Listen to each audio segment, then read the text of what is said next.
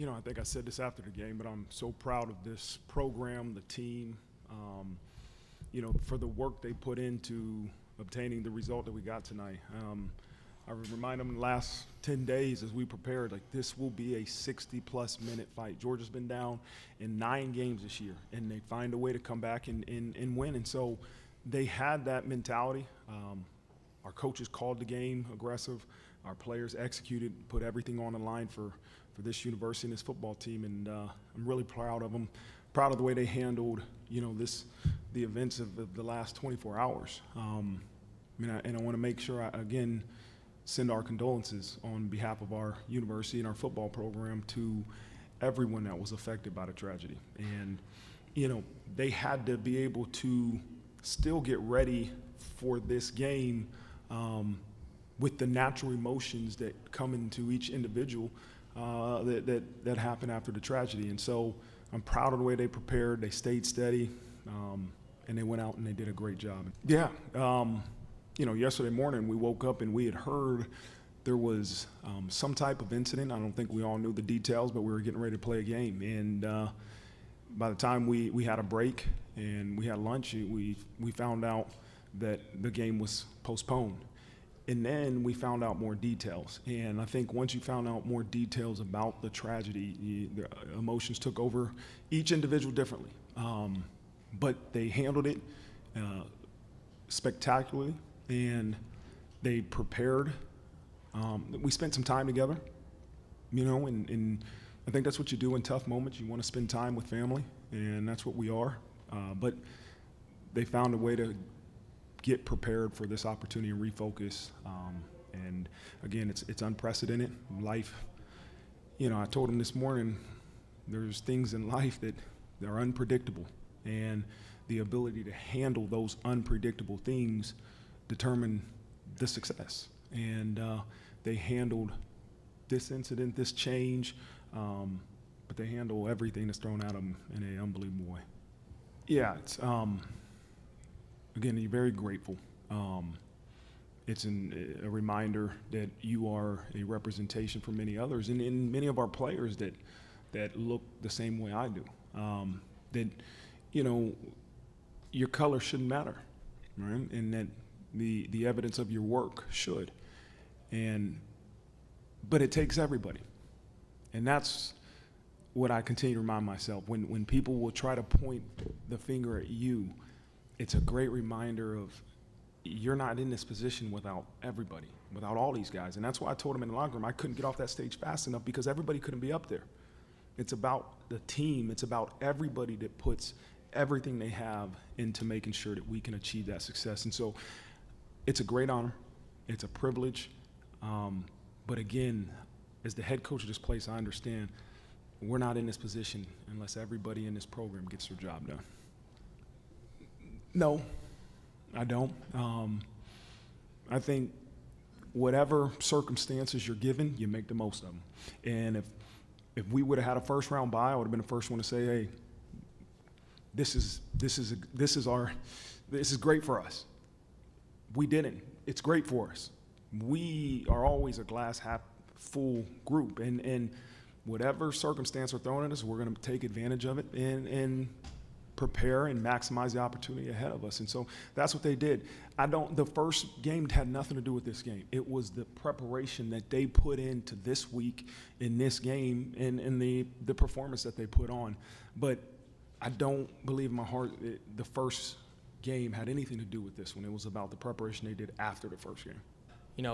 I just want everybody to know that the Notre Dame family, every single person in our locker room is praying for those families that are out there. I also want to thank the New Orleans Police Department for responding the way they did and creating a safe environment for us to play today so quickly after the events. But as a player and as a Notre Dame player, you recruit the right people for a reason. And I think adding another day is just helping our superpower out. We say our superpowers all the time. Our preparation and the character in our locker room, those are two intangible things that we have that we utilize. So to have an extra day, after we got done praying for all the families, I hit up my quarterback coach and said, all right, can we watch some film tonight? I watched a whole, I got 4 or 5 more hours of film study. We had another day of walkthrough. that's our superpower, is our preparation, and I think it definitely paid off today. Yeah, Jack, it's a mentality.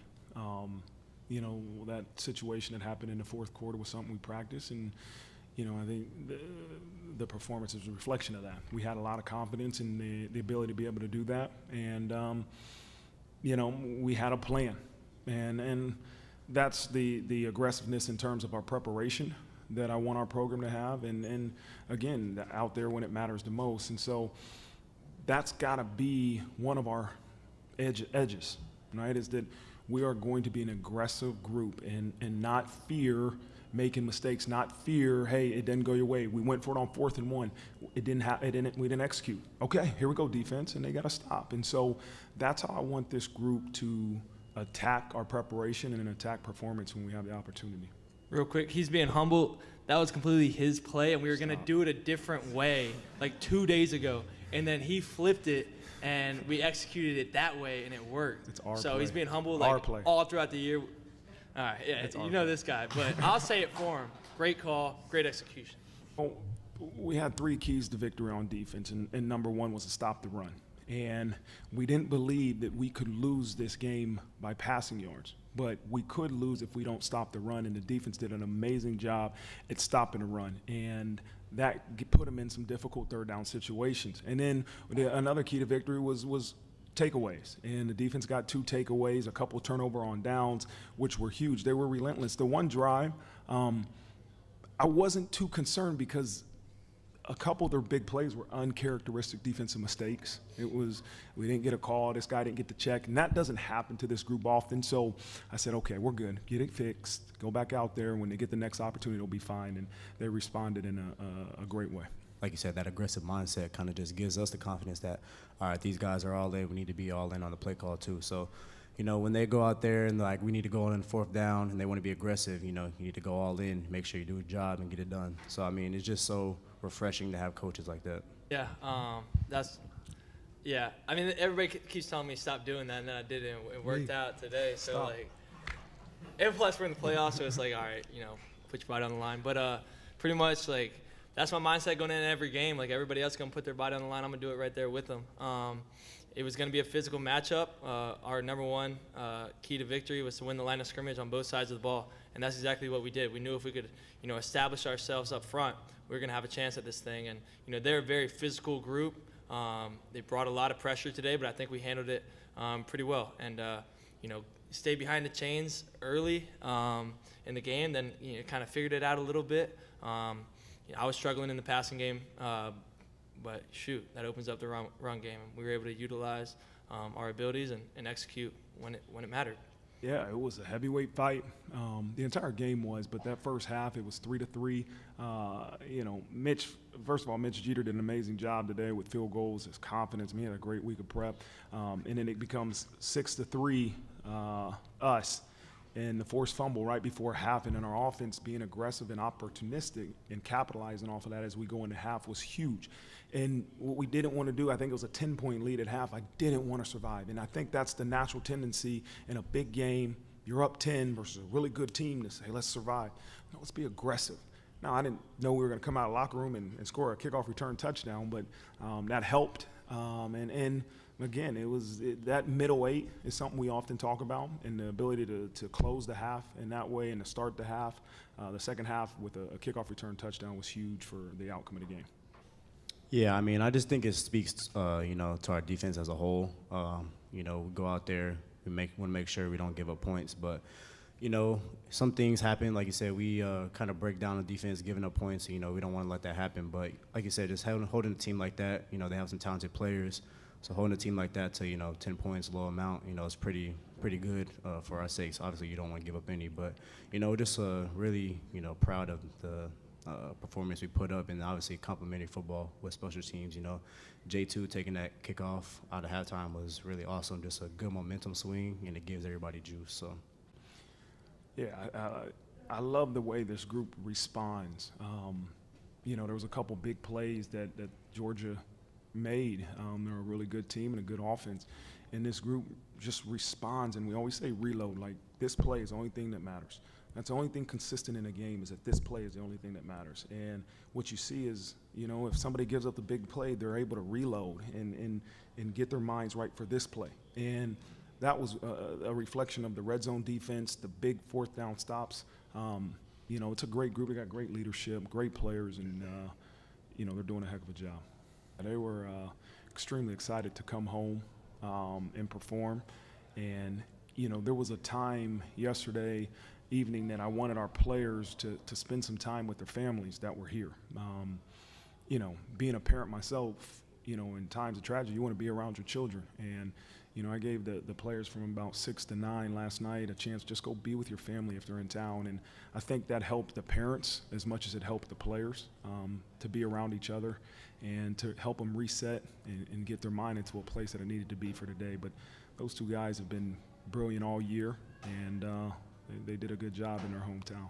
Yeah, I mean, that's what it takes to win versus Georgia in the quarterfinals of the college football playoffs. Like, it's going to take that. It's not going to be one or two phases. If we expect to continue to move forward in the college football playoffs, it's going to take all three phases. And we feel strongly about all three phases. But that's what it's going to take, and it was a great performance today. And now we got to get some things cleaned up, find a way to get better in this week of practice. And then we got another opportunity to go out there and perform in all three phases here on January 9th, I think, here at the Orange Bowl. Pete, the passion that Notre Dame fans have for this place and this football program is tremendous. And that's why a lot of us are here. We want to be at a place that has high expectations, that their fans are passionate about it, the administration and everybody's aligned in terms of putting all their efforts into helping this place succeed. And so it's an honor, and we want it as bad as our fans want it. But what you want doesn't matter. It's what you're willing to do. And that's what we got to continue to focus on, the work that it takes to achieve that outcome that we all want so badly. And so, we're going to get back to work, me and Pete. We're going to get on this plane. Let's watch it and find ways to improve and look at the schedule. I might give them tomorrow off maybe, give them a chance to reset. But we got to start game planning for a tough opponent. I saw a little bit of the Penn State game, and listen, it's going to be a great challenge for us. But I'm excited for it. It's an honor. This isn't about me. And I try to make sure that's clear. Like, I'm blessed to be in a position to be the leader of this program, but I am blessed to be around some of the greatest individuals that you could ask for. And these individuals all commit to this place no matter what their role is. And they give everything they can to seeing us have that success. And I'm a part of it. Yes, I'm the leader at times. Yes, I'm the leader. But I'm a part of a big group that we all have to put the work in. And so I hope every person in this program feels a part of that, the record of wins and whatever there is. But I just love being on the journey with these guys. I love motivating them. I love pushing them. I love challenging them in different ways because they just continue to respond in any way that you challenge them. But it's an honor and a privilege and a lot of fun to be on this journey together. A lot of people don't understand how good of a person he is and how smart he is and how much of a hard worker he is because he's a mellow guy. He's not going to say much. But if you're ever in the facility, like 5 hours post-practice, he's going to be somewhere doing something to get better. I mean, the consistency amongst this guy is insane, and I've been seeing it for 4 years now in my college career, and I'm grateful that he was able to, come with me to this place. But this is a very mature guy we're talking about, and somebody who's not going to say a word whether things are going good or bad. He's going to put his head down and work, and that's kind of the MO of our season. I heard a quote last week, Henry Ford. Whether you think you can or you can't do something, you're right. And RJ believed in himself all season, and it's finally starting to come pay off for him. Yeah, Riley said it perfectly. These guys don't always control the amount of plays they get, right? Those are determined by your coaching staff in terms of what they need out of your role for this game. And RJ's a guy that no matter what the role is that's determined for him, he puts everything into it. And, you know, when you have that mindset and you have that work ethic, good things like what happened today happen to you, you know. And if you're sitting here and complaining about why you're not playing more than the next guy, then you know what, you're not putting everything into making the most out of your opportunity. RJ Oben is a guy that makes the most out of every opportunity he gets.